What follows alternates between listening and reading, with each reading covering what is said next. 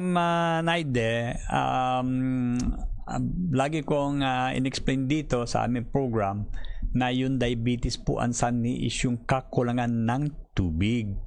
So, dapat uminom kayo ng sapat na daming tubig at iwasan nyo pag-inom ng gatas. Lalo ng gatas na iinumin nyo ay gatas pambaka, hindi pang tao. Kasi iba po yung components ng gatas ng baka, lalo kasi ang gatas, meron kasamang mga hormones at antibodies ng baka kasi galing po sa baka eh. So, pag itong antibody na ito ay mapasok sa inyong katawan, ang tingin niya dun sa inyong pancreas ay foreign body at pwede niyan sirain po yun.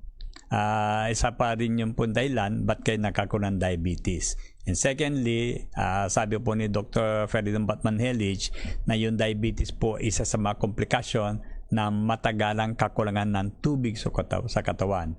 Kaya dito sa aming program, in-educate namin yung tao na wala dapat silang iinumin kundi tubig lang.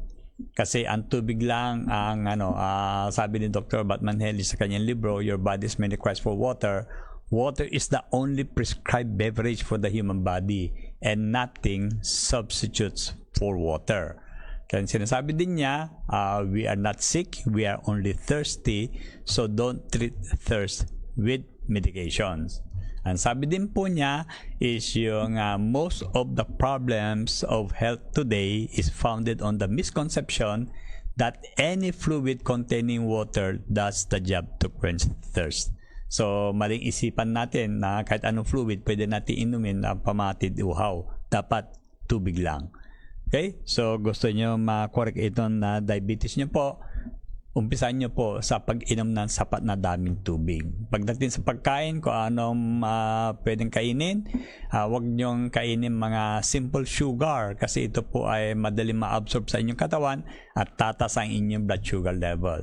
Okay? Example ng simple sugar ay ito po yung kanin, kahit anong kulay po yan, yung pasta, okay, oatmeal, lalo-lalo na yung mga pagkain na gawa ng harina. So, flour is simple sugar at pag kinain nyo po yan, mabilis po ang pagtaas ng inyong blood sugar level. At kung ayaw nyo tumaas yung sugar nyo, iwasan nyo po itong mga pagkain na ito dahil pag kinakain nyo po, kahit konti, okay, asumin na 1 po ang tinaas. Kung yung sugar nyo po ay 300, napakaliit po yung 1 sa 300. Pero pag dinagdag nyo po yung 1 sa 300, ang 300 po magiging 301. Hindi po yung maging 299 po yan. So, absolutely avoid itong simple sugar. And then, marami naman mga alternative na pagkain na pwedeng kainin aside from yung mga bawal po.